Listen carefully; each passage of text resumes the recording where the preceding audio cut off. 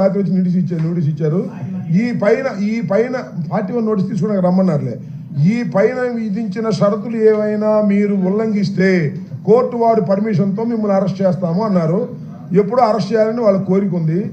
మేము సిద్ధంగా ఉన్నాము. ఏం చేస్తాం? ఇంకా ఏం శర్మ గారు పారిపోయలేంగా చెప్పాక ఇంతకుముందు ఏమయ్యా ఇప్పుడు ఈ వయసులో వెళ్ళి ఏ రిసార్ట్లోనో దాక్కుని ఒక నెల తర్వాత పట్టుకుని ఇవన్నీ ఎందుకు? కేసులు పెడితే వ్యాఖ్యలు చేస్తారు, ఇది దారుణం అని చెప్పేసి అంటున్నారు మాజీ మంత్రి అమర్రాంబాబు.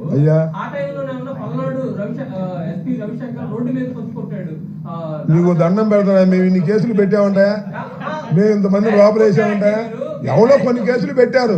ఇన్ని కేసులు మేము పెట్టామా చెప్పండి? జగన్మోహన్ రెడ్డి గారు అది కాదు, మన ఈయన పేరేంటి చంద్రబాబు నాయుడు గారు ప్రచారానికి వెళ్తే మేము కేసులు పెట్టామా? కేసులు పెట్టకుండా లేవు. చట్ట ప్రకారం పోలీసులు కేసులు పెట్టారు. ఇన్ని నెలలు ఎవడన్నా ఉన్నాడా చెప్పండి?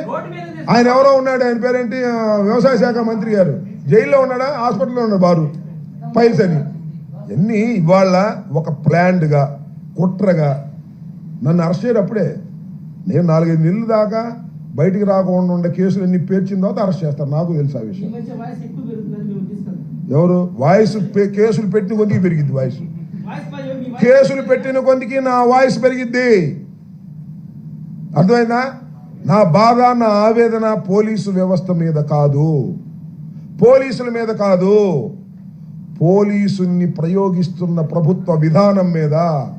ఆ క్రమంలో పోలీసు వారి మీద కూడా మేము కేసులు పెడతాం క్రమం వచ్చినప్పుడు. Police are the toys in the hands of Lokesh. అలా టాయ్స్గా పనిచేసే వాళ్ళు మాత్రమే ఉంటున్నారు. కడమ వాళ్ళని షిఫ్ట్ చేసేస్తారు. కొంతమంది సిన్సియర్ ఐపీఎస్ ఆఫీసర్ ఉన్నారు పాపం, వాళ్ళ మాట సీఏ వినటానికి వీల్లేదు. వింటే మన సర్వశ్రేష్ఠ త్రిపాఠి గారు ఒప్పుకోడు. ఆయన దగ్గర నుంచి ఫోన్ వస్తుంది, డిఎస్పీ గారి దగ్గర నుంచి. డిఎస్పీ